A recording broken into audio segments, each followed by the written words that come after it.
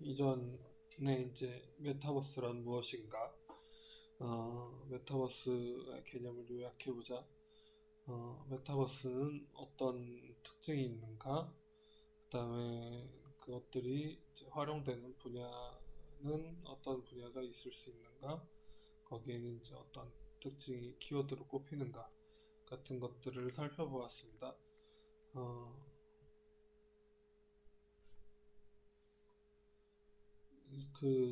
이제 메타버스라는 키워드가 어, 어쨌든 기존에 있던 것들의 통합이라고 해도 진화를 하는 요소들이 있고 그 통합이라는 걸 구현해내는 것들이 있을 수 있기 때문에 그런 기술을 토대로 어, 잘 발전해 나가고 있는 걸 주도하는 회사가 어떤 것들이 있냐라는 걸 조금 알아보려고 세계의 메타버스 회사 기술 스타트업 아이템 대한민국의 회사 예시들을 몇 가지 조금 보겠습니다. 이미 경험해 본 것들이 있을 수 있겠고요. 이런 것도 있었어 라는 게 있을 수도 있겠습니다. 세컨드 라이프를 하나 봅시다.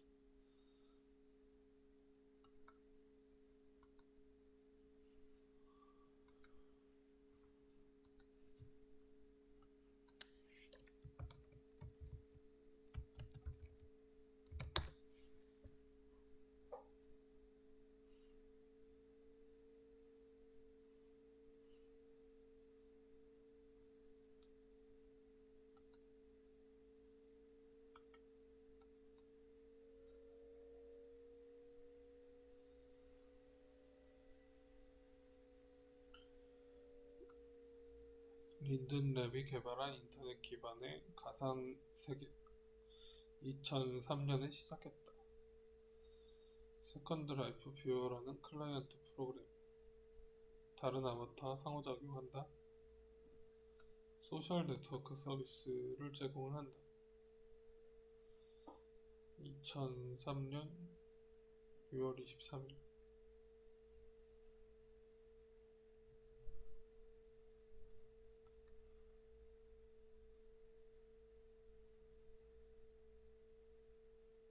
이런 이제 온라인 공간에서의 경험들을 얘기를 하는데, 그럼 메타버스라는 게 꼭 3D여야 되냐? 이렇게 얘기를 하면 그렇지는 않습니다. 2D여도 사실 큰 상관은 없고, 시공간을 왔다 갔다 해도 큰 상관은 없는데, 어쨌든 기술적으로 조금 더 실감나는 가상현실을 목표로 하고 있기 때문에 이거보다 좀 더 현실에 가까운 걸 구현해내려고 하는, 그래서 못하는 못하는데 안 하는 거랑 안 하는데 못하는 건 다르니까 어쨌든 현실 가능한 기술까지 가보자, 현실적인 게 구현 가능한 그런 걸 이제 목표로 하고 있어서 3D인 게 많이 대두가 되고 있기는 합니다. 하지만 3D여야만 하진 않다. 하여튼 이런 지금 세상이 가능하네요.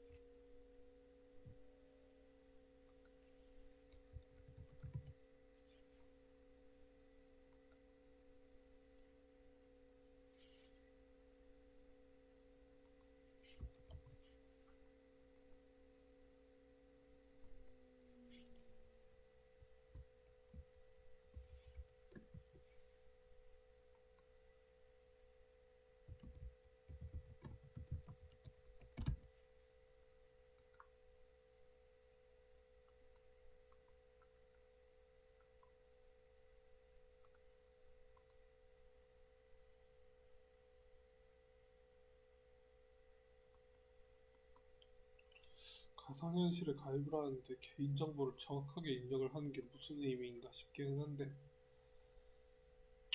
아무튼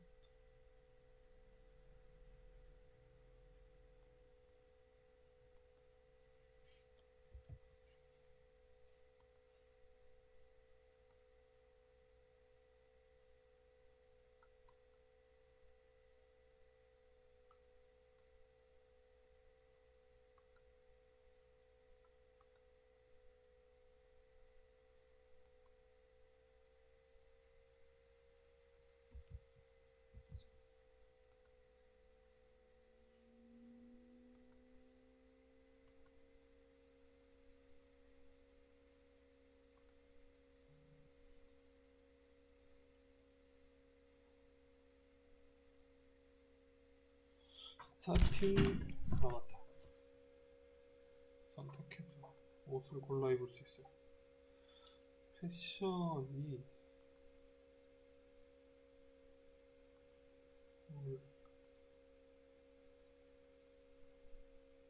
뭔지.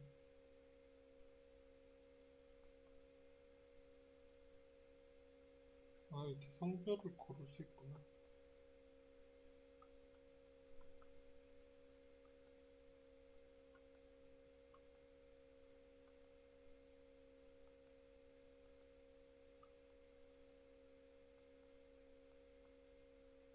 이게 뭔 차이야?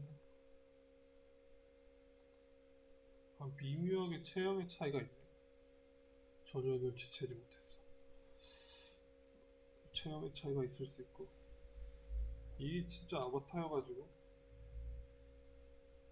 남자이거나 여자이거나 필수적으로 그래야 할 필요가 없네. 그러면은 꼭 사람이어야 할 필요도 없잖아.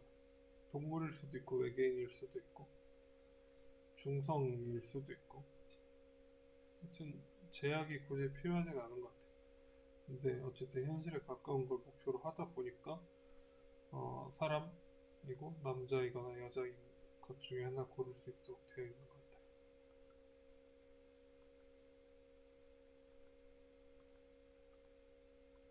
필턴을 고를 수 있어.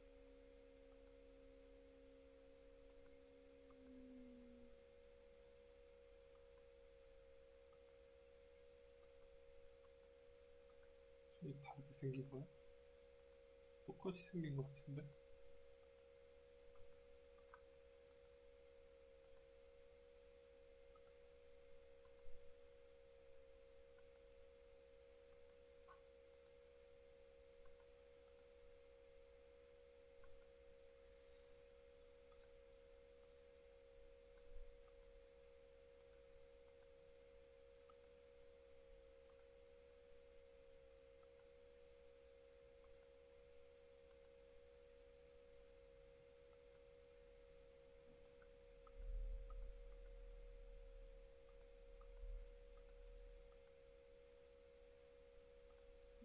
눈동자 색깔을 고를 수 있어.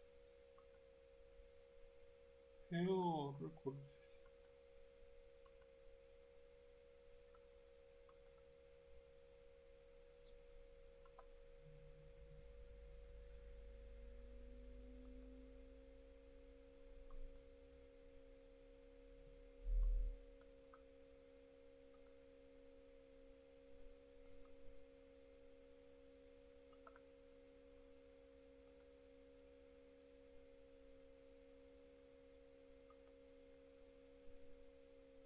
뭐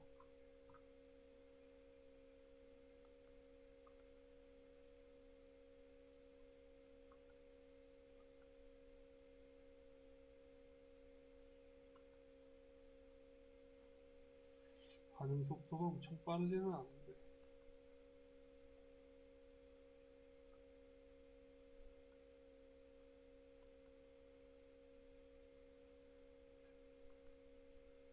아, 이런. 아직 책 고르지 않았다고.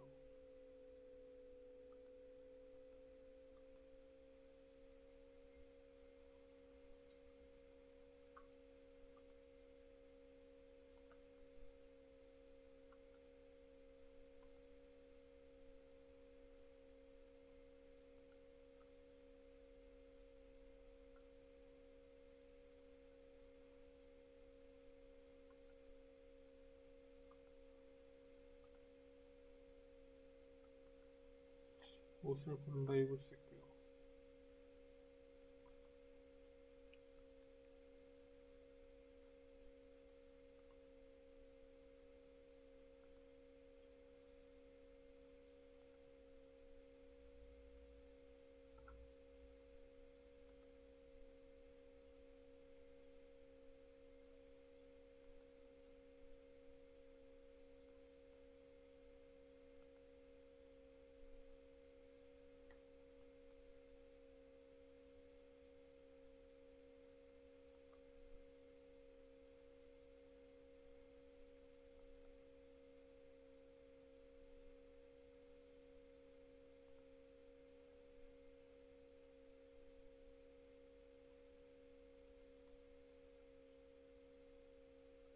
이렇게 옷을 골라 입힌 다음에 Continue를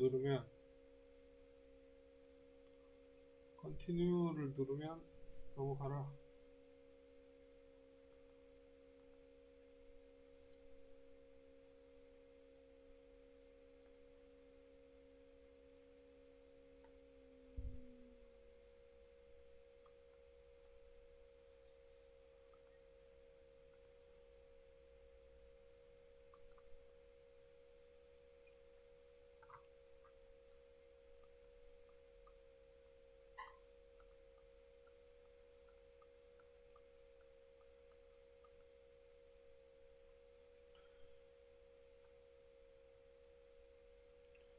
아까 봤는데 이렇게 눌렀더니 바로 돈 내는 창으로 넘어가더란 말이죠.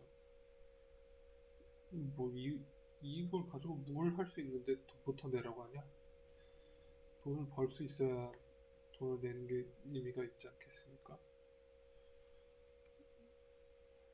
아무튼 가상현실에서 이런 식으로 이제 아바타를 고를 수 있는 공간이 있었다. 세컨드 라이프. 국내에는 싸이월드 같은 게 있었고요.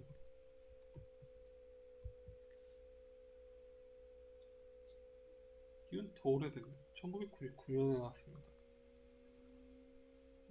2D 이미지로 아바타들이 있었고요.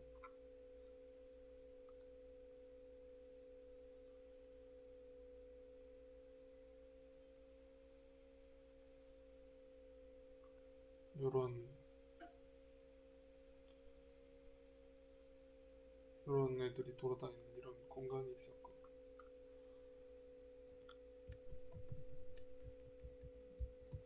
SNS라고 하면 페이스북도 대세였던 적이 있고, 페이스북은 인스타그램 인수하고 지금은 메타로 이름을 바꾼다면 완전 이제 메타버스를 준비하는 기업으로 바꿨죠.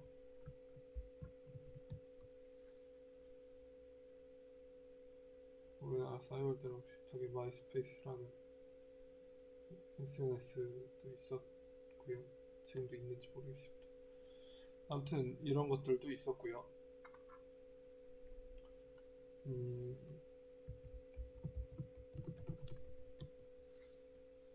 이런 영화도 있었습니다. 옛날에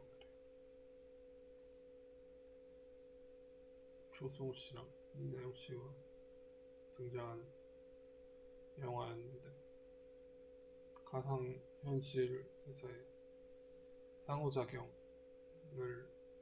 소재로 한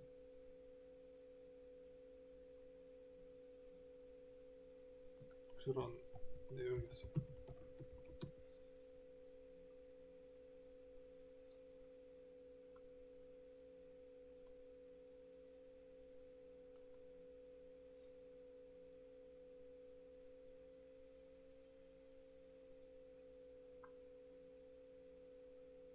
그때 이제 존재하던 커뮤니티들의 아바타, 사이버 가수가 나왔고,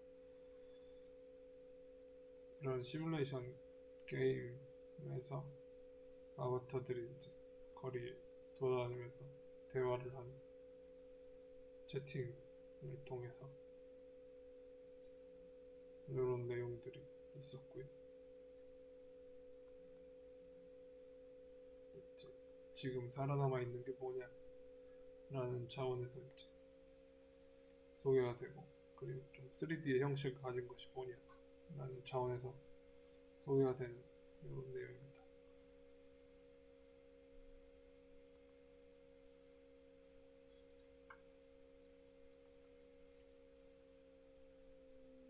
또 대표적인 것 중에 하나로 로블록스라는 게 있습니다.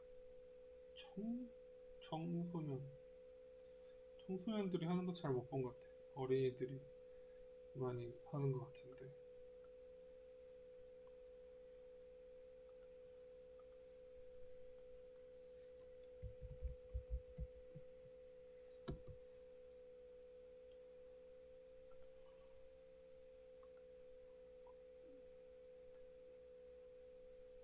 아이고, 자꾸 가입만 하네.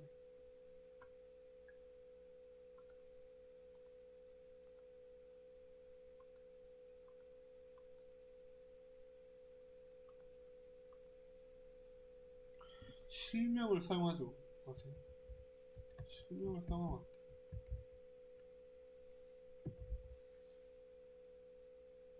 왜 안 되지? 실명을 사용하면.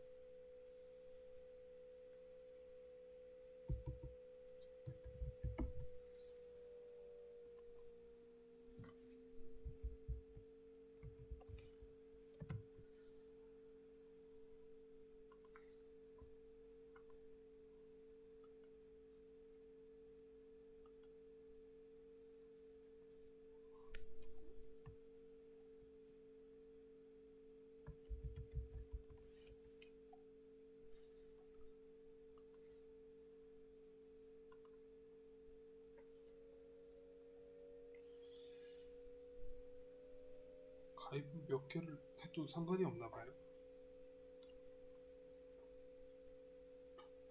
일단 가입은 되게 쉬운 편이네요.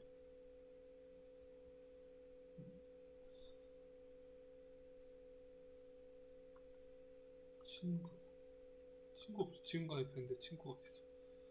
메시지를 주고받을 수 있고, 아바타. 이게 아바타야? 레고 블록 같이 생긴.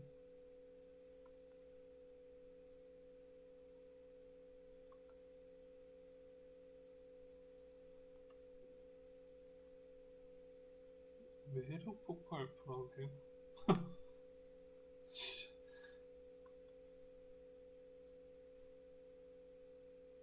금발 스파이크.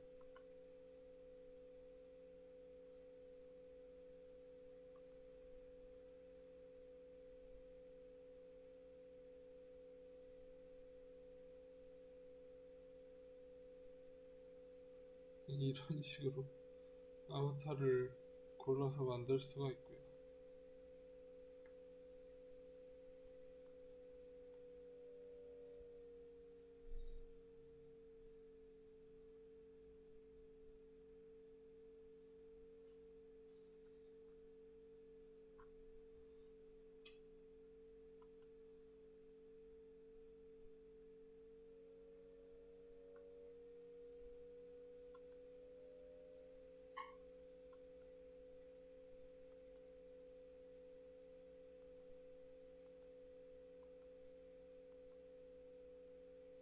뭔가 구매를 해서 채워넣는 칸 같죠?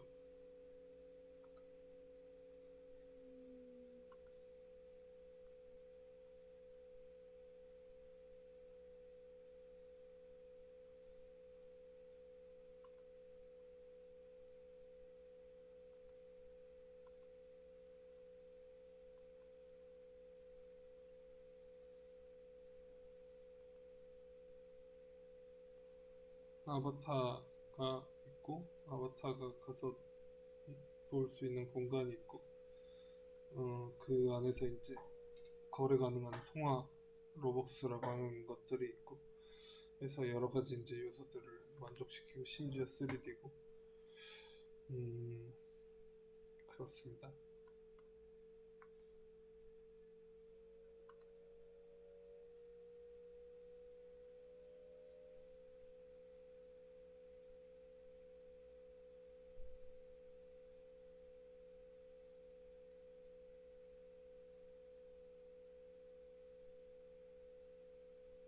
뭐가 이렇게 많아?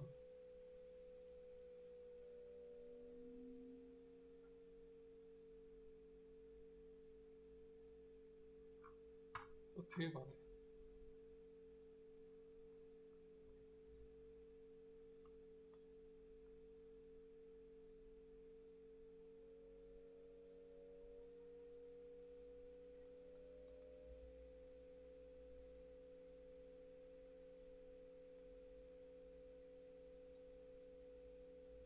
그냥 다짜고짜 시작할 수 있는 게 아니에요.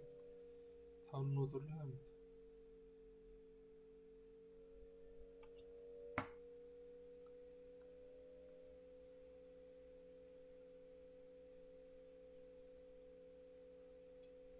무지개 친구를 한번 해보려고. 저희 조카가 진짜 제일 좋아하는 로블록스 중에 하나인데 저한테 맨날 삼촌 로블록스 언제 들어와?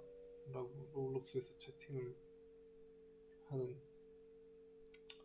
그런 이제 조카가 있는데 무지개 친구 무지개 게임? 이름이 뭐였지? 아무튼 이 괴상망측 한 게임을 하자고 졸라요.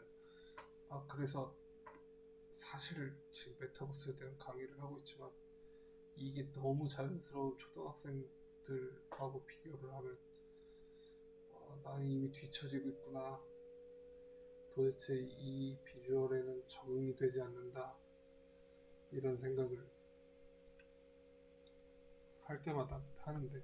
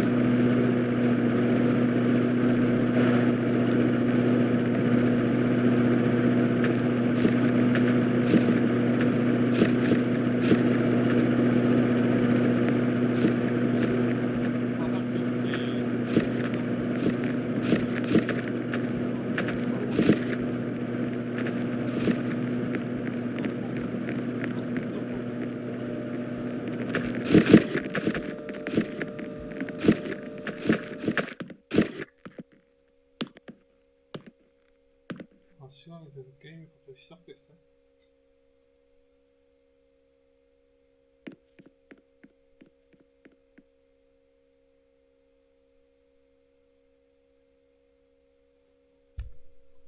그럼 한국 서버인가?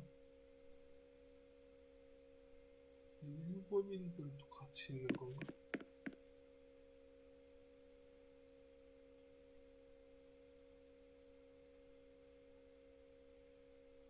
이런 상태니까 지금 실명을 쓰지 말라고 하는 거구나.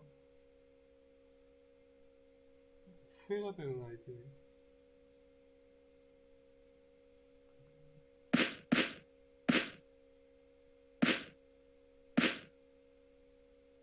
갑자기 어딜 뛰어?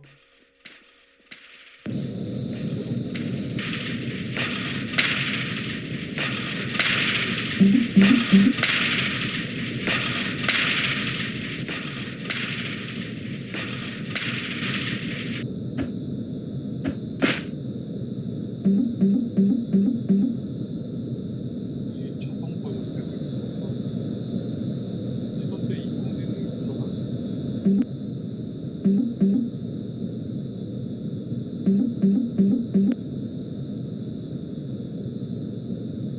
이런 번역기 말투를 요즘 아이들이 이런 데서 배우는 거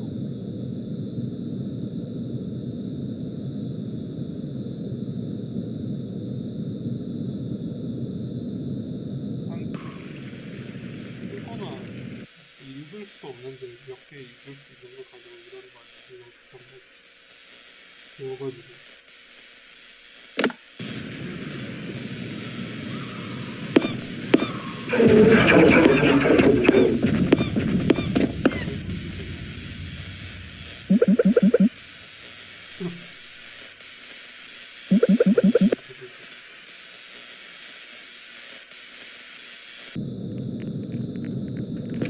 이제 모험을 또 하면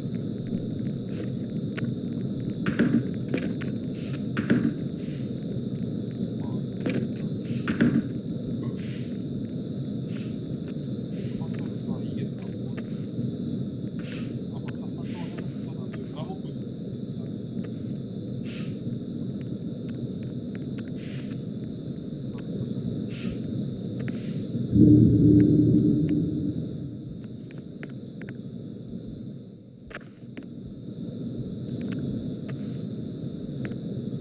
두개 동시에 화살표를 두개 동시에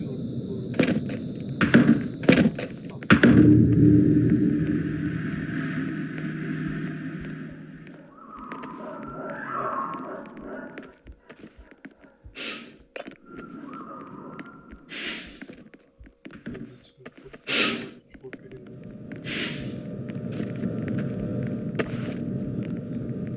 게임의 정체 잘 모르겠더라고요. 미션 처음 좀 모르겠어요.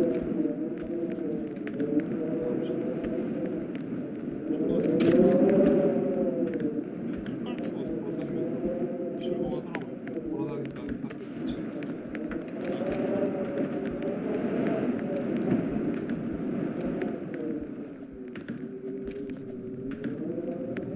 이 정도 구현해놓는 것도 좀 훌륭한 것 같아요.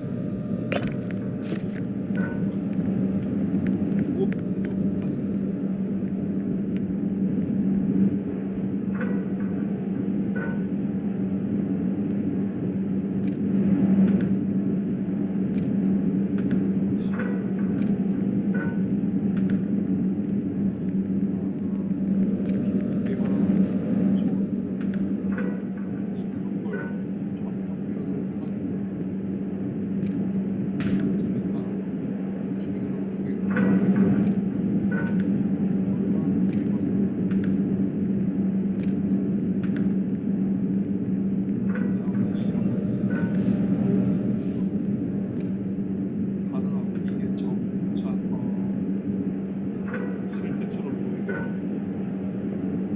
완전히 계속 실제에서 붙어가지고 이게 이런 애니메이션스러운 가치가 제가 영화에서 보는 것 같아요. 그런 것들을 좀 강해지고 있어요.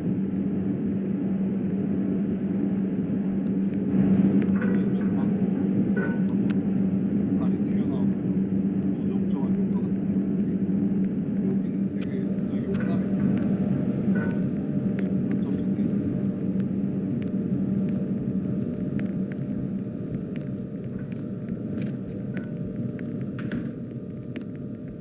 전구를 찾은 레이저텍 블라자로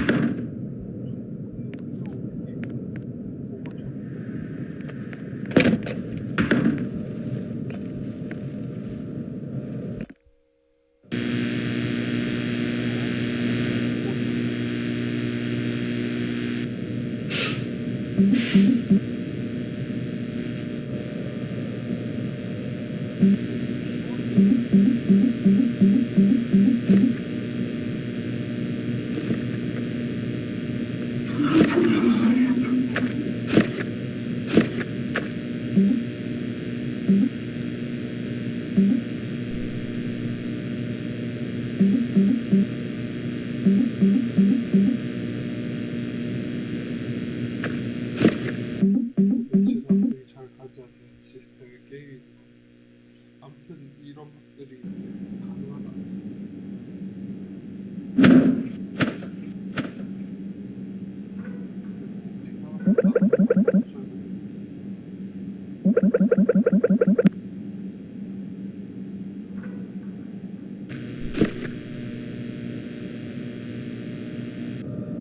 하다 말고 나가면 그냥 이렇게 또 나가치네.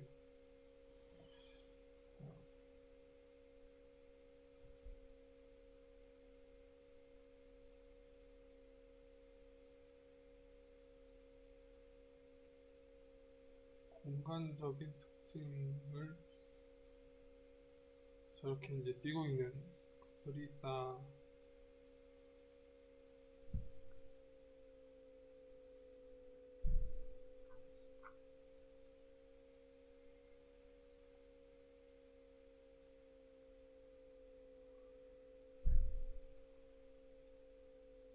추천 게임들이 되게 많이 있고요.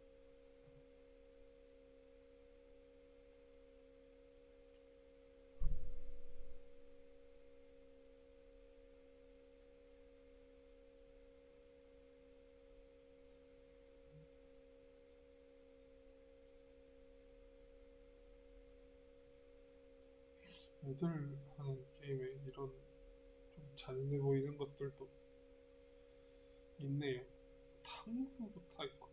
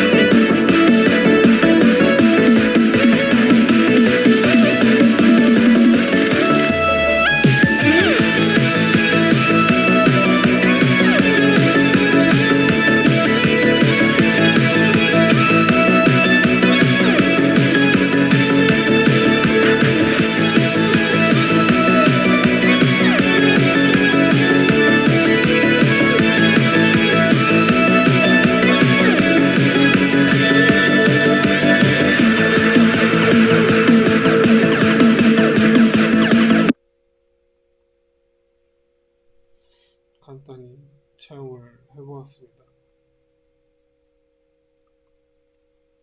로블록스라는 거에 대해 알아봤고, 세컨드 라이프에 대해서 또 알아봤고, 마인크래프트도 비슷한 이미지 같은데.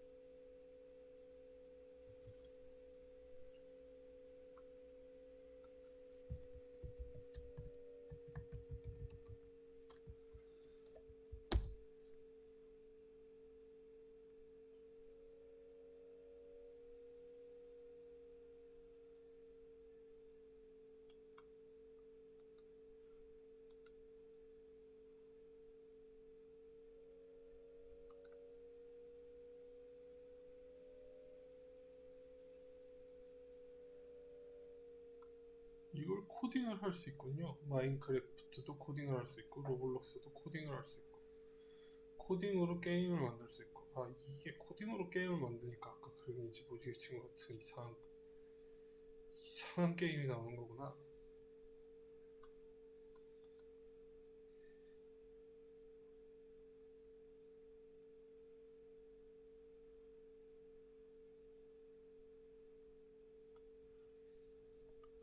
이런 코딩을 할 수가 있어요.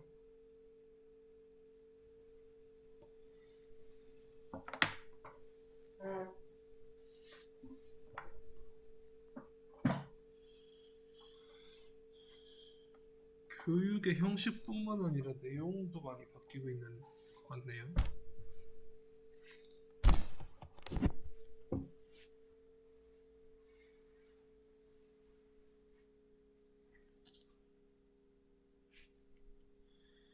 마인크래프트는 메타버스 게임이고 광산에서 뭔가를 하는 게임이다.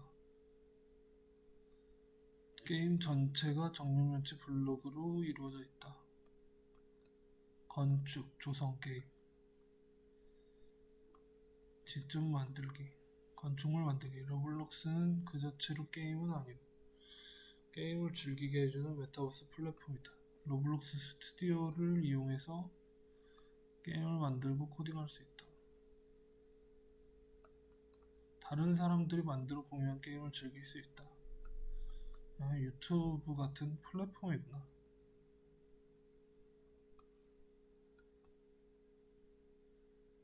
둘 다 게임을 만들어 볼 수 있다. 코딩 플랫폼이라고 생각할 수 있다. 직접 세상을 구축하는 재미가 있는 것이었군요.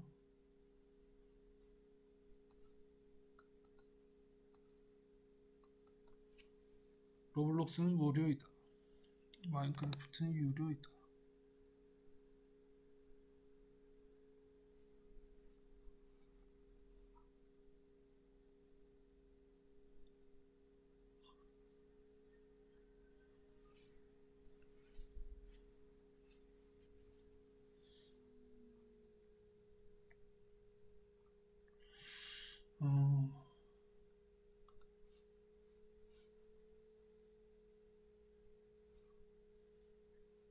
이미지가 비슷하게 생겼는데 이거는 정육면체로 이루어진 거고 아까 얘네들은 꼭 정육면체는 아닌 거고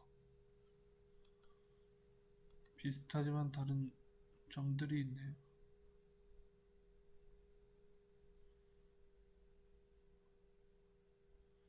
이런 공간을 직접 만들어 볼 수 있다는 거죠.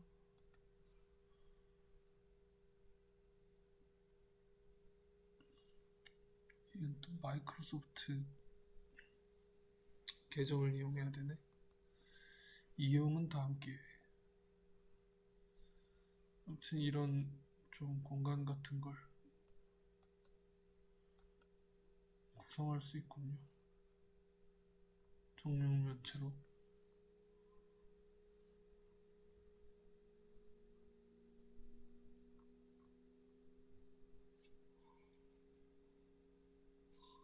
이런 것들이 이제 아바타 역할을 하는 거고요.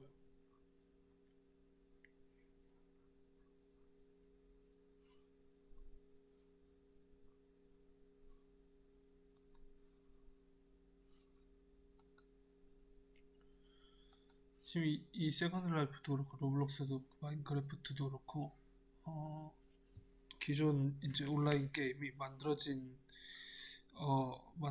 게임을 그냥 유저가 즐기는 데 국한되어 있었다면 좀 더 적극적으로 창조하고 상호작용한다는 데에서 차이점들이나 진화의 요소들이 좀 있는 것 같아요. 아바타를 직접 꾸미는 것도 그렇고 그 공간에 들어가서 뭔가 온라인 게임 같은 요소들이 있지만 사실 게임을 안 해도 큰 상관이 없다거나 아니면 그런 공간 자체를 만들고 공유하고 이런다는 측면에서 온라인 게임과 유튜브의 결합 같은 걸로 생각을 해보면 좋겠습니다. 스타트업 아이템에 대해서도 좀 조사를 한번 해보죠.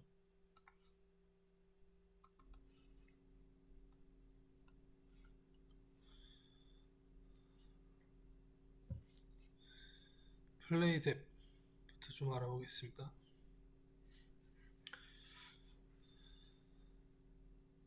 게임 컨텐츠, 블록체인, 라이브 서비스, NFT 발행, 가상자산 이런 것들이 키워드고요.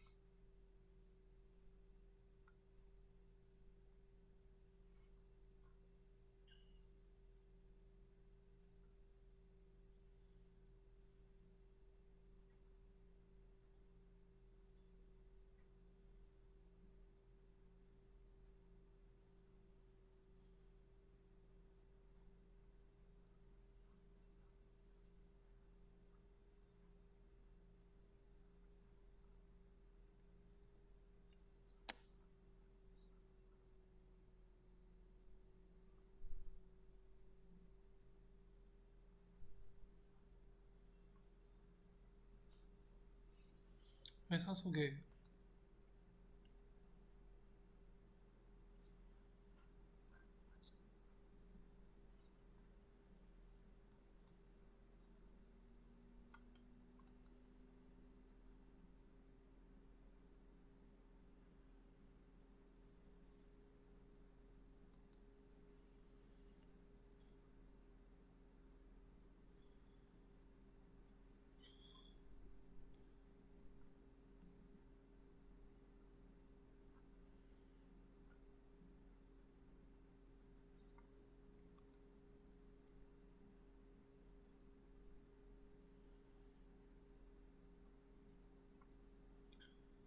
마켓인데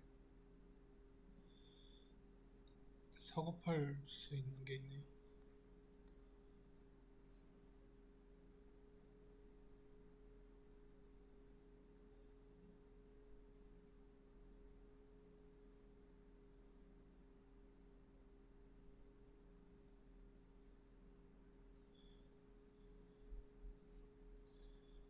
이더리움을 이용해서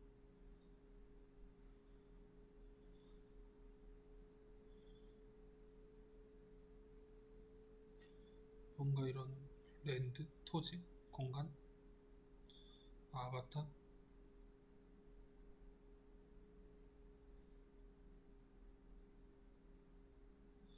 같은 것들을 만들어서 거래한다. 요런 개념. 이걸 어디다 쓰려고 거래하는 거지? 그런 것들이 좀 있는 것 같고, 특이하게 웹3라는 표현을 쓰고 있는데, 웹3가 뭔지 좀 알아봅시다.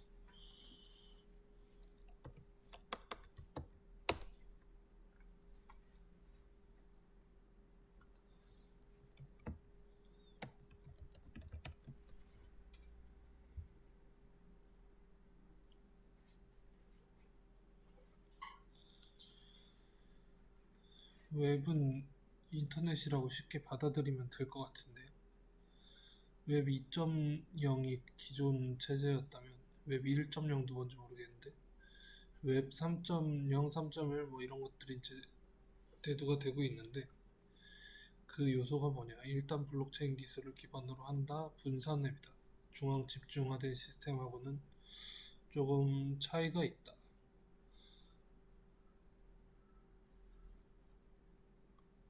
탈중앙화 방식을 취하고 있다. 스마트 계약, 지각 결제 계약 이런 것들이 그러하다.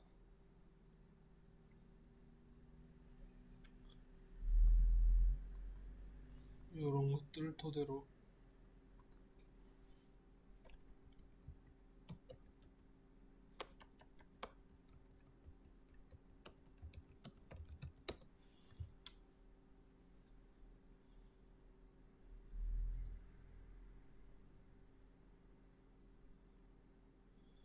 이때도 이미 사용자의 참여 상호작용, 콘텐츠를 생성하고 유튜브, 페이스북, 트위터 이런 것들 가능하고 그랬는데 그러면 웹 1.0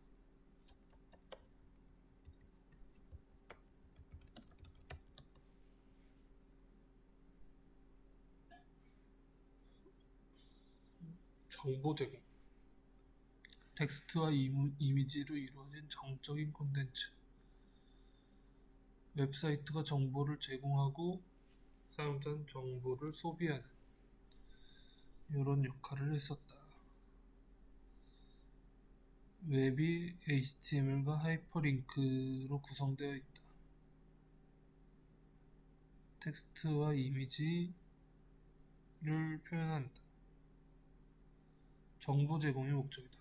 저는 이 시대에 머물러 있군요. 저는 이때 인터넷을 학교에서 처음 배워가지고 제가 배운 인터넷은 웹 1.0. 그럼 웹 2.0은 자연스럽게 진화돼서 등장을 한 건데 사용자들이 콘텐츠를 직접 생성할 수 있다. 이거는 이 인터넷 사이트의 주인이 생성해서 정보 제공을 목적으로 한다. 였다면 사용자가 직접 생성할 수 있다. 블로그나 소셜미디어, 위키 같은 것들이 가능해진다. 유튜브나 페이스북, 트위터 이런 것들이 이제 정보 제공자가 누구냐, 정보 생산자가 누구냐라는 걸로 주된 이제 변화가 생기는. 그래서 웹 서비스와 API로 유연한 시스템이 가능하게 되었다. 유튜브나 페이스북 여러분들은 이걸 이제 넘어선 세대인 거죠. 이거에도 충분히 익숙한 세대이고. 그러면 지금 우리가 익숙한 게 유튜브나 페이스북, 트위터인데 우리가 여러분들은 뭐 아닐 수도 있겠습니다. 아무튼 웹 1.0과 2.0이 이렇다라는 사실은 알았다. 그런데도 이게 중앙 집권형이라는 거죠.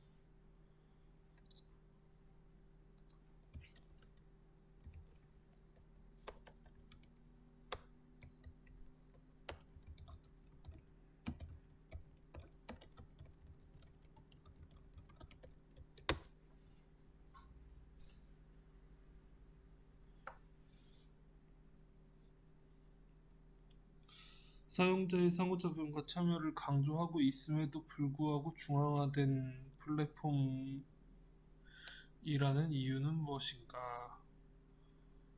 중앙에서 관리하고 제어하고 데이터를 수집 소유한다. 플랫폼 자체가 유튜브라는 중앙 관리 플랫폼이 있다. 플랫폼에 소유되고 통제되고 있다. 플랫폼의 이익을 위해서, 그 회사 자체의 이익을 위해서 활용된다. 사용자가 자신이 생성한 콘텐츠에 대한 완전한 소유 통제를 하지 못한다.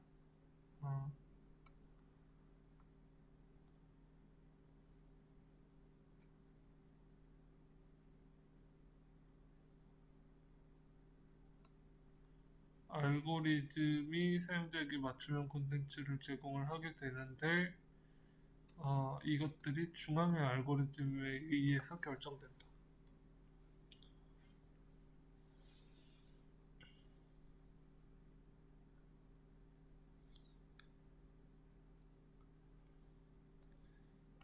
플랫폼이 제공하는 어떤 틀에 갇혀 있게 된다.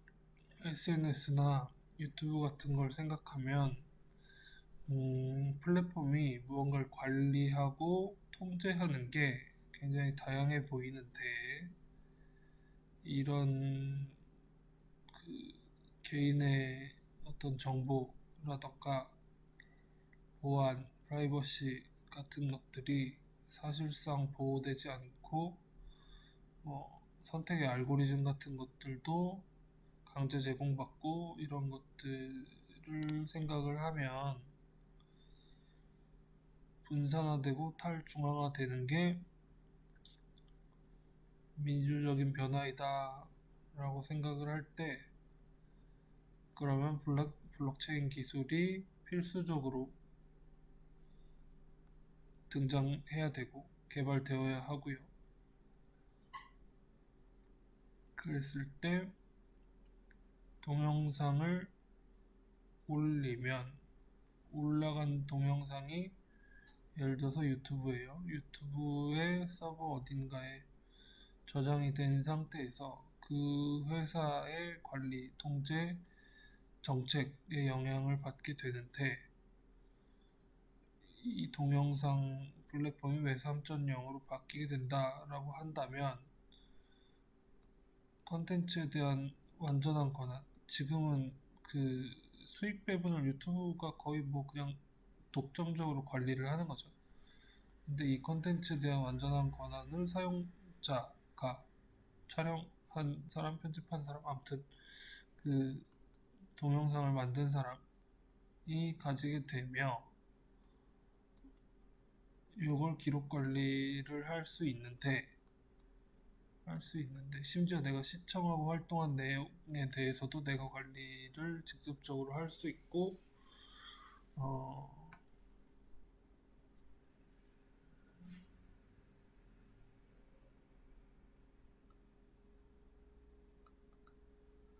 그 블록체인 관리 시스템에 의해서 보상을 받는 자동화된 보상 체계 같은 것들이 가능해지고 광고나 수익 모델도 더 투명하게 광고주와 컨텐츠 제작가 간의 거래 내역 생길 수 있고, 이게 플랫폼 없이 가능하다는 말이죠. 믿기지 않지만.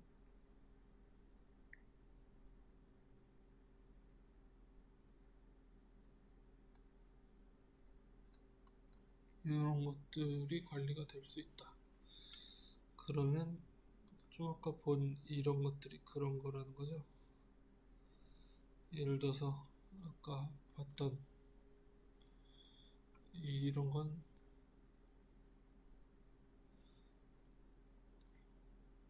로블록스나 마인크래프트는 왜 2.0이야? 3.0이야?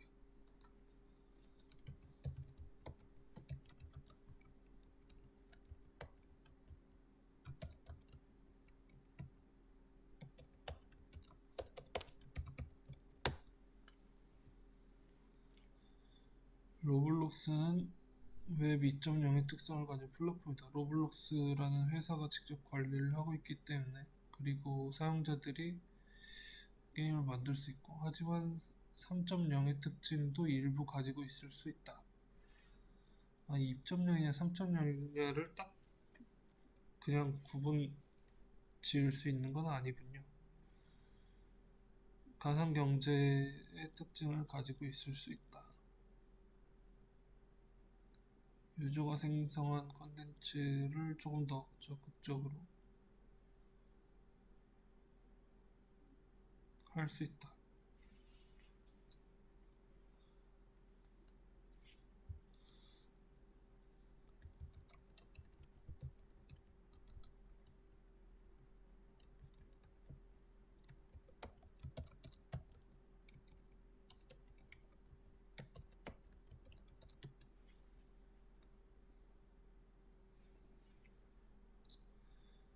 마인크래프트는 또 웹 플랫폼이 아니야.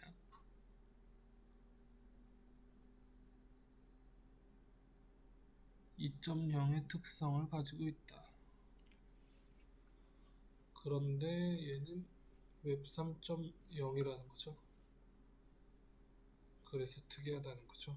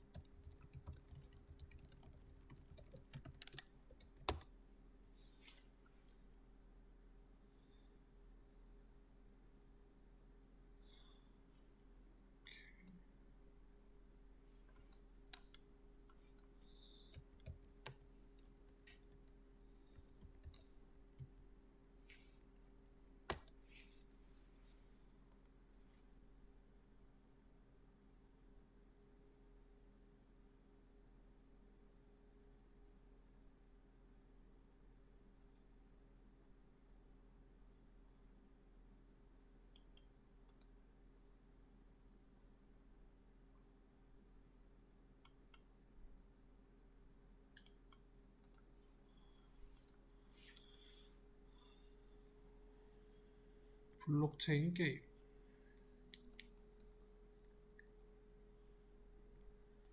탈중앙화 어플리케이션.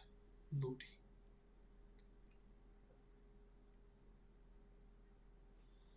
블레이드 앱은 NHN, 넷마블, 마이크로소프트, 아이템베이, NC소프트 등 IT 게임 업계에 오랜 경력을 쌓은 인문들이 모여있는 회사이다.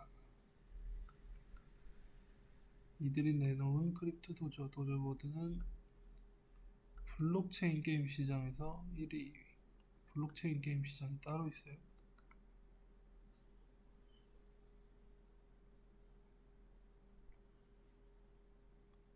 두 게임 간의 아이템 연동으로 블록체인 게임이 가진 탈중앙화 아이템이라는 디지털 자산이 게이머에게 속할 수 있고 게임이 오갈 수 있음을 증명했다.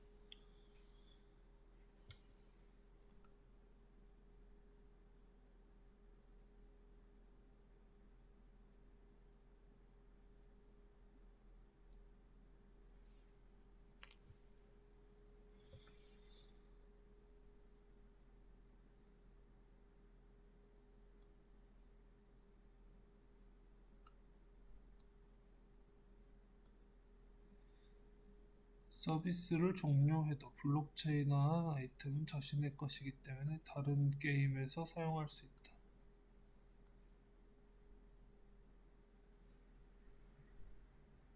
구매하거나 얻은 아이템이 게임이 사라지면 사라지게 되는데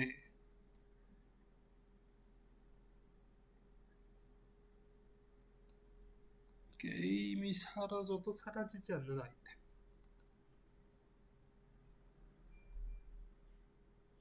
그러면 개발사는 수수료로 이득을 취할 수 있다.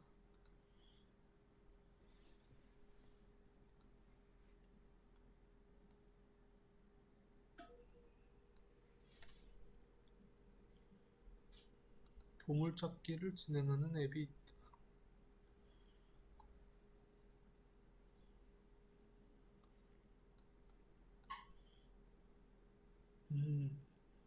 AR 게임인가요? 보물을 매치 테스트를 하고 있는데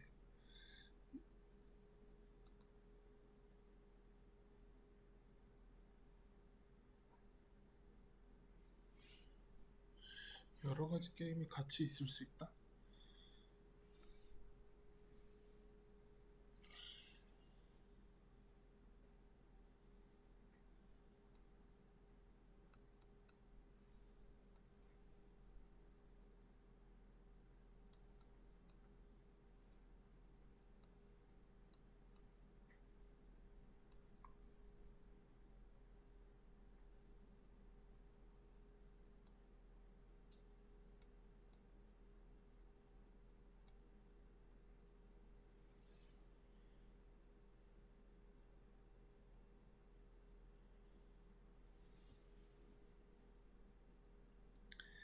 이번 협약을 통해서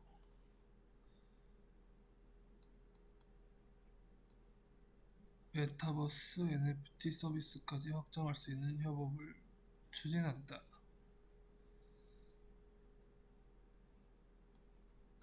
아무튼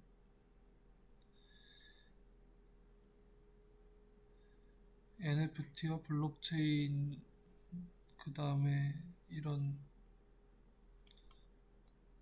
웹 3.0 이런 것들이 아주 대세가 되고 있는 그런 내용인 것 같아요. 콘텐츠 창작자가 웹 3.0을 이끈다. 창작자가 이런 게 유튜브 웹 2.0과는 확연히 차이를 보이는 내용이군요.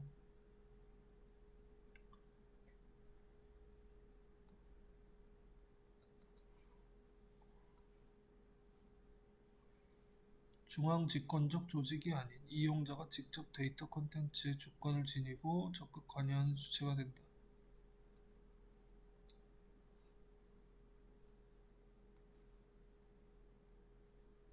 메타버스 생태계를 구현한 덕분이다. 돈 버는 메타버스 생태계.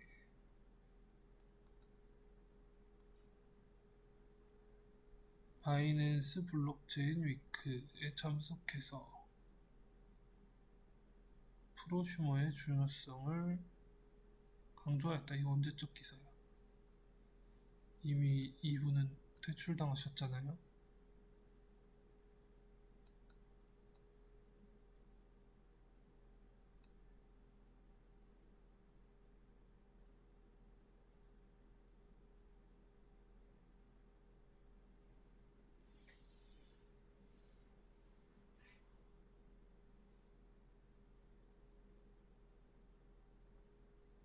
엔터테인먼트사도 이런 아이돌 아티스트들을 중앙 집권적으로 만들지 않는다 라는 내용의 기사이고요. 그러면은 팬이 이들을 육성할 수 있다?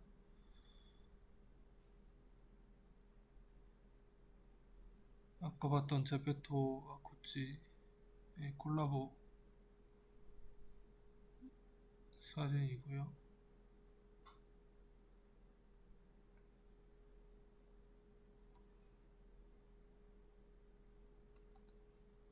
제페토 스튜디오가 제공하는 에디터를 이용해서 얘를 제작한 다음에 어디다 써?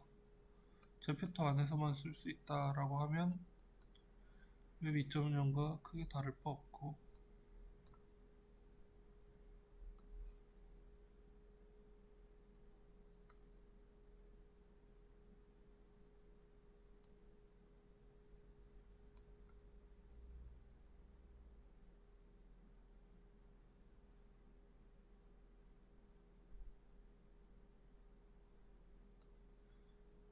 프렌즈를 이용해서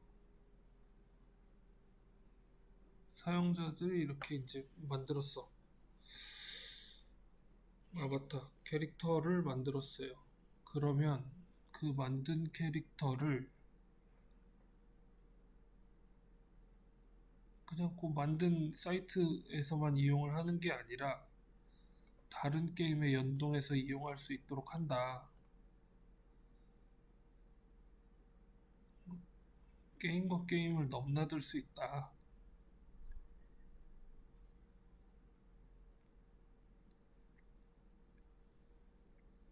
그렇군요. 주권이 누구에게 옮겨가느냐의 문제이군요. 이런 게 가능하려면 소유권을 유저가 가져와야 되기 때문에 블록체인 기술이 붙어야 되는 거고요. 그러면 예를 들어서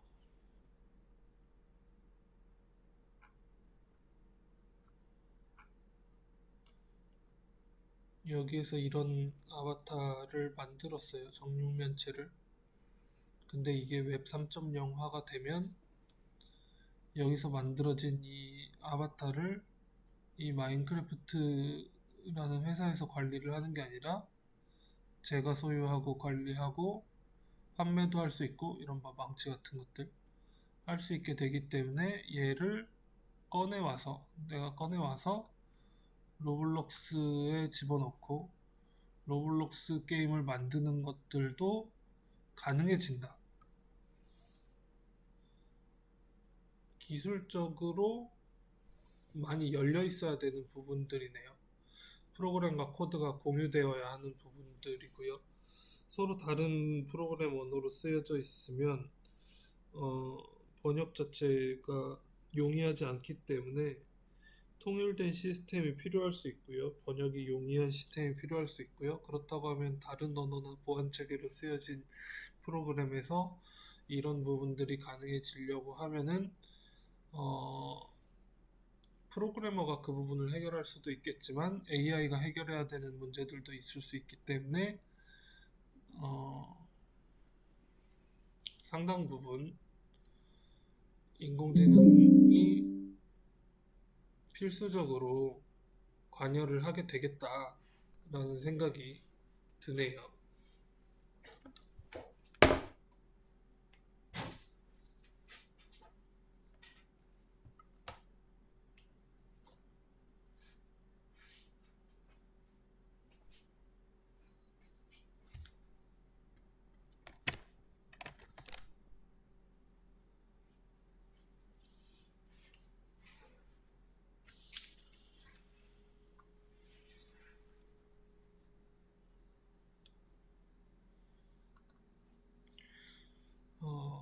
그러면 플레이뎁이라는 회사는 아까 보다만 요걸 보면 이 아바타들이 이 회사들이 가지고 있는 거라는 거잖아요. 여기가 이런 것들을 만들어서 가지고 있어요. 그런데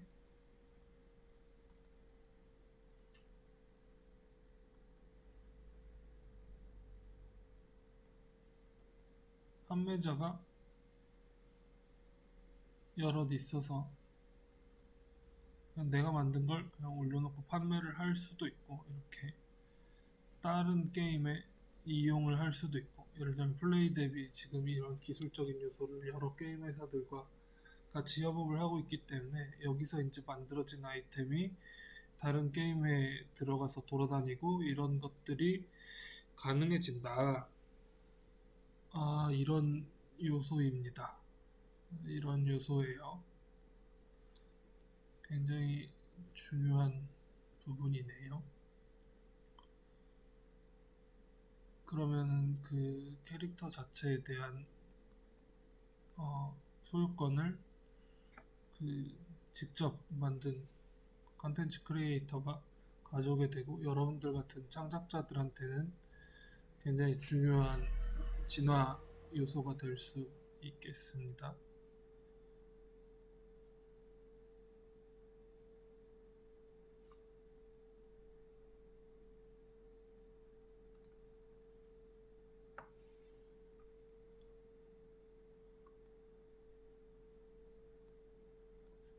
다음 회사에 대해서 알아보겠습니다. 디센트라랜드.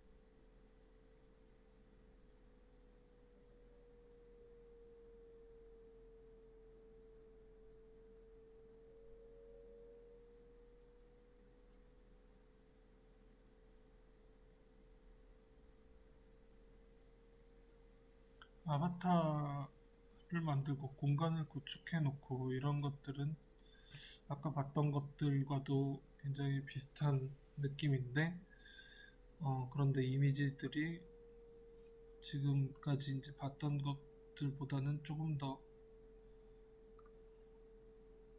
실사에 가까워져 가고 있는 여전히 이제 애니메이션 같은 모습이지만 조금 더 가까워져 가고 있는 형태를 띠고 있습니다.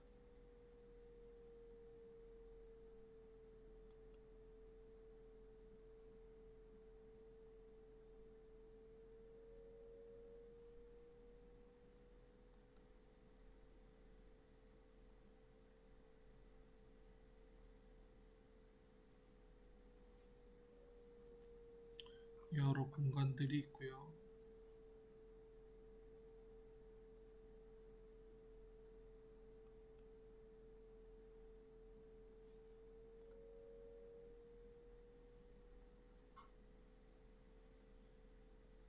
이것도 역시 마켓플레이스들이 있고 판매자가 따로 있고 뭐 엄청 생소한 개념이냐라고 하면 사실 또 그렇지도 않은 게 뭐 내가 옷을 하나 만들었다 쳐요. 그럼 그 옷을 네이버 쇼핑에서 팔아도 되고 이마트에서 팔아도 되고 옥션이나 지마켓에서 팔아도 되고 아무튼 팔아도 되잖아요. 그 만든 거 자체는 소유권 제가 가지고 있다고 하면은 그런데 그걸 유통해지는 시장은 되게 많을 수 있고 그걸 입고 돌아다닐 수 있는 자유도 구매를 한 사람에게 있을 수 있고 그런데 지금까지의 웹 2.0 시스템은 그런 현실적인 요소들을 구현하지 못했었다는 거죠. 근데 이제 이게 점차 3.0으로 넘어가고 또 4.0, 5.0 넘어가게 되면 점차 그런 요소들을 점점 더 구현해내게 될 것이다 라는 얘기가 되겠네요. 목적을 뭐에 두느냐에 따라서 비중이 달라지고 방향성이 많이 좀 달라질 수 있겠습니다. 아무튼 이런 조금 이미지들을 만들어내는 회사가 있고요. 샌드박스.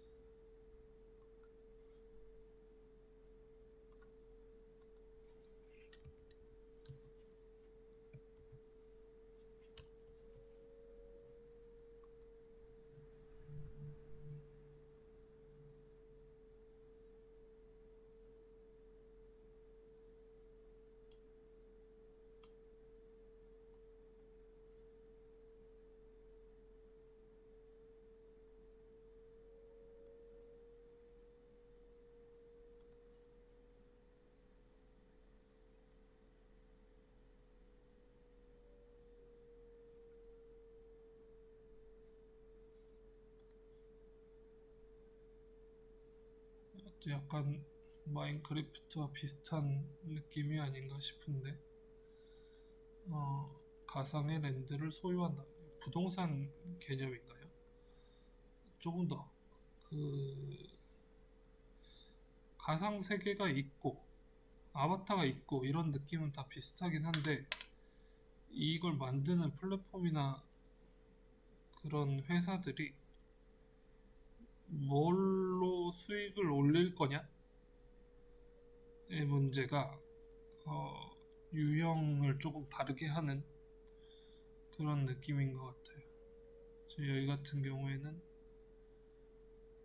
메타버스의 부동산 판매 같은 걸, 그 공간 내에서 뭘 할 수 있냐, 그 뭘 할 수 있냐에 따라서 여기에서의 토지나 건물을 구매를 해야 되냐 말아야 되냐 같은 것들이 생기게 되겠죠? 근데 이것도 왜 3.0이 되면 전혀 다른 종류의 얘기가 될 수 있는 내용이고요. 그렇다. 그러면 가상 부동산 같은 것들이 비즈니스 모델로 적용이 된다. 이런 것들은 여러 가지 이제 아이템들이 가상 자산으로 거래를 할 수 있는 컨텐츠가 된다. 이런 얘기이면, 아까는 게임 자체를 만들어서 혹은 건물들을 만드는 경험 같은 것들, 아바타 어떤 활동을 하는 것, 주된 요소들이 있을 수 있는데, 비슷한 구조에서 지금 엄청 개발 진행 중이기 때문에 이 중에 뭐가 살아남을지 뭐가 대세가 될지 모르는 상황이고, 특기가 될 수 있는 분야들을 회사들이 열심히 개발을 하고 있다, 이렇게 볼 수 있겠습니다.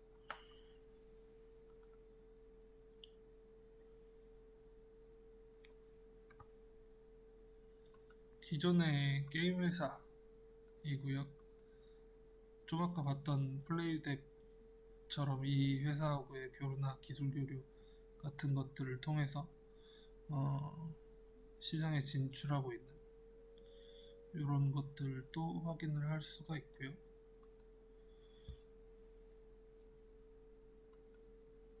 지그재그 가상 미팅 기능, 온라인 가상 미팅을 할 수도 있고 쇼핑몰을 운영을 할 수도 있고요.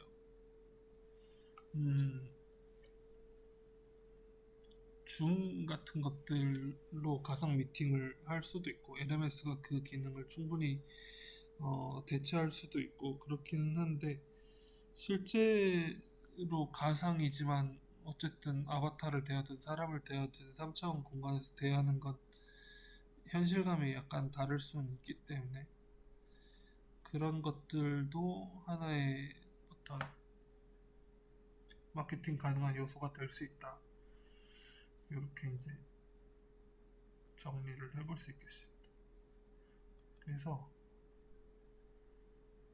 이런 이제 회사들 있고, 하드웨어 장비를 만들거나 이런 데로는 메타나 오큘러스, 애플 같은 회사들도 많이 뛰어들고 있고요. 그래서 지금 이 시장의 전망이 21년, 24년, 2030년 가게 되면 10배 이상 이뤄를 것이다 예상을 하고 있는데 예상을 하고 있어요.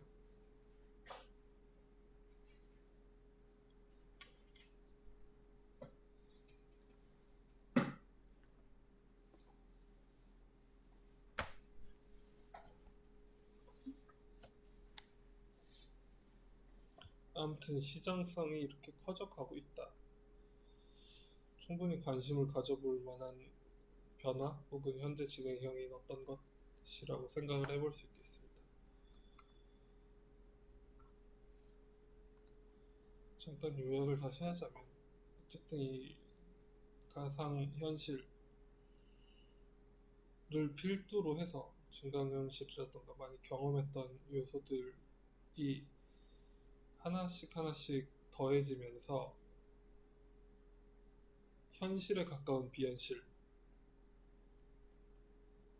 요소들을 디지털 세계에 구현한 것 혹은 디지털 매체에 구현된 사회 이런 정도로 생각을 해볼 수 있겠는데 근데 진화를 필수적으로 그전에는 안 되던 것들이 있기 때문에 기술이 더해지면 이제 되는 것들 혹은 탈중앙화 분산화를 위해서 기술 개발이 필요한 것들 그런 것들이 이제 있을 수 있어서 그래서 요 이제 진화에서 블록체인 기술이라던가 가상경제에서 가상화폐라던가 이런 것들이 이제 중요하게 떠오르는데 패션이나 교육이나 이런 데는 기존의 것과 크게 다를 바 없을 수도 있지만 부동산 거래 같은 데나 이런 예술품 거래 같은 데는 블록체인 기술이 중요하게 대두가 되게 되고요. 이렇게 이제 세계적인 회사들이 웹 2.0 기반의 어떤 서비스들을 하던 것에서 메타버스가 심화되면 웹 3.0으로 넘어가게 되면서 컨텐츠 크리에이터들이 각자 IP에 대해서 주도권을 가지게 되기 때문에 이 분야가 훨씬 더 중요하게 되고 권리주장과 자유도가 올라가게 된다. 그런 것들을 기술적으로 가능하게 만드는 회사들이 성장하고 있는 중이다.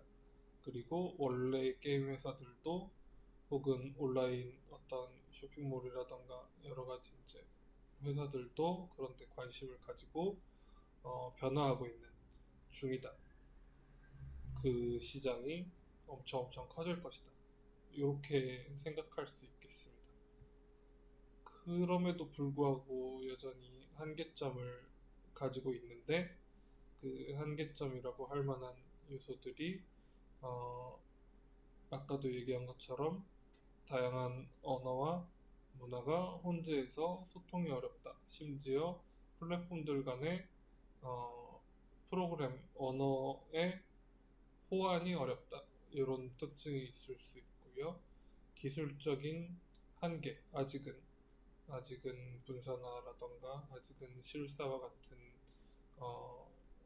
렌더링을 실시간성을 확보한 채로 상호작용하기가 쉽지는 않다라던가 개인의 장비가 보급이 덜 되어 있다라던가 여러 가지 이제 기술적으로 함께 가야 되는 요소들이 많이 있다. 사람의 생각은 이미 많이 가 있지만 그런 측면에서 되게 이제 중요하게 지금까지 얘기를 한 게 웹 3.0을 필두로 해서 NFT나 블록체인 같은 것들이 굉장히 중요할 수 있다.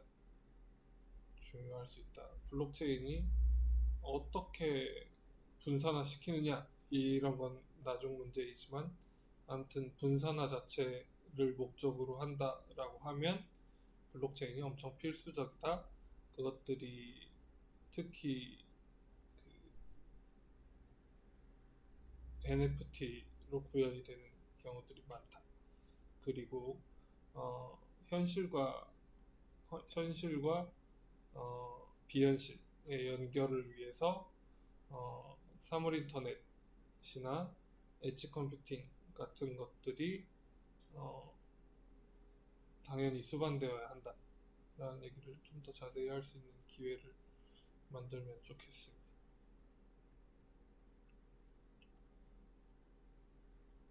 이런 이제 지금 기술적 한계가 있지만 어쨌든 기술적 한계를 극복하기 위해서 여러 가지 기술적 요소들이 어, 개발이 되고 있다. 개발이 되고 있고 발전할 것이다. 거기에는 AI도 한몫하게 된다. AI가 한몫을 하게 되는데 일단 메타버스의 변화에 대해서 인공지능은 뭐 예측을 하거나 하는 것들이 가능해질 수 있고요. 그 다음에 아까 뭐 아바타를 만든다던가 렌더를 구성을 한다던가 이런 것들이 뭐 모든 사람들이 디자이너가 아니기 때문에 쉽게 할 수 없었던 그런 일들이 이제 AI의 도움으로 우리가 글을 쓰거나 음악을 만들거나 그림을 그리거나 영상 뭐 이런 것들이 다 가능하다라는 사실을 이제 알고 있기 때문에 생성형 AI의 도래로 인해서 그래서 이런 것들이 이제 개인화되는 게 좀 더 쉬워졌다. 그리고 AI와 예술을 결합해서 나오게 되는 작품들이 조금 더 예술가가 아니더라도 예술을 할 수 있는 예술가들은 더 쉽게 다양하게 예술을 할 수 있는 방안이 이렇게 이제 만들어지고 있다라는 측면에서 메타버스가 가야 되는 길 같은 것들이 모종의 어떤 목적이 있고 메타버스라는 사회 구축에 대한 그리고 거기에 인공지능이 어떤 역할을 할 것인가 굉장히 이제 사실상 여러 가지 뭐 가상현실이라든지 이런 것들이 붙어 있지만 현실 사회에서의 온갖 문제점을 극복하는 하나의 대안으로 메타버스가 소개된다라고 하면 그 시스템의 변화라는 측면에서의 메타버스에 인공지능이 오른팔 왼팔이 되어줄 것이다 라는 종류의 얘기입니다. 메타버스는 데이터가 엄청 많아지기 때문에 인공지능이 굉장히 필수적일 수 있는데요. 개인화해서 만들어내는 그런 컨텐츠, 서비스 같은 것들도 필수적이지만 여기서 만들어진 데이터를 효율적으로 관리하는 그 빅데이터들이 나오는 것들이 관리가 잘 되어야 할 필요성이 있기 때문에 이게 또 필수적이고요. 인공지능이 빅데이터를 처리하는데 너무나도 필수적이기 때문에 그래서 빅데이터 측면, 생성형 AI 측면, 그리고 또 상상하지 않은 무언가를 창의적으로 만들어내는 이런 측면에서 AI가 필요하다. 예술 창작과 인공지능의 측면에서 인공지능을 도구적으로 이용하기 위해서 제 여러 가지 사용 방안과 인공지능에 대해서 뭐 어떻게 대할 것인가 라는 것에 대한 것들을 주로 봤었는데 우리가 그 이전에 학기 초반에 얘기를 할 때 저작권에 대한 관심 같은 거 인공지능이 만들어낸 것에 대한 이런 걸 어떻게 둘 것이냐에 대한 논의가 미뤄두자라고 하고 막 계속 뭘 만들어 보는 연습을 했단 말이에요. 그런데 사실 그 회사들이 이제 만들어내는 것에 대해서 프롬프트를 누가 입력했느냐의 문제 같은 것들이 있을 수 있었는데 프롬프트를 얼마나 주도적으로 입력했느냐 같은 것들이 있을 수 있었는데 어, 예술 작품을 만들어내는 것도 만들어내는 거지만 어쨌든 그 메타버스라고 하는 새로운 세계가 있을 거고 그 세계 자체가 일단 기본적으로 웹 3.0을 목적으로 할 때 유저가 주도적으로 떠오르게 되기 때문에 그 유저가 주도적으로 만들어낸 창작물의 저작권이 그리고 상표권, 출판권 같은 것들이 다 그 유저에게 귀속이 되기 위해서는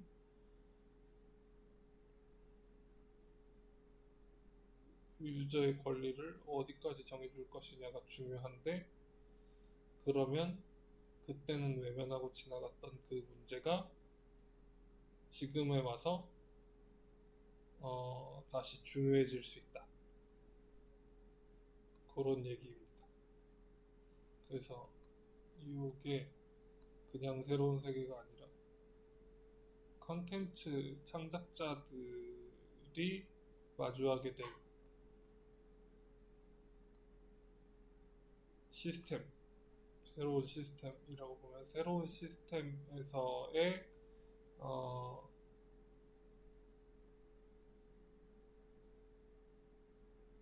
창작자의 권한 이런 것들을 어디까지 주장할 것이냐. 물론 순수하게 본인이 만든 컨텐츠에 대해서는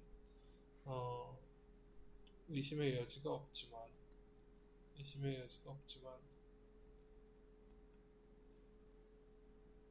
플랫폼에 대해서 지금 상황을 생각해 봤을 때 이 메타버스의 공간이나 게임을 운영하는 플랫폼이 있을 수 있고요. 챗GPT 같은 걸 만들어낸 오픈 AI 같은 회사 같은 플랫폼이 있을 수 있고요.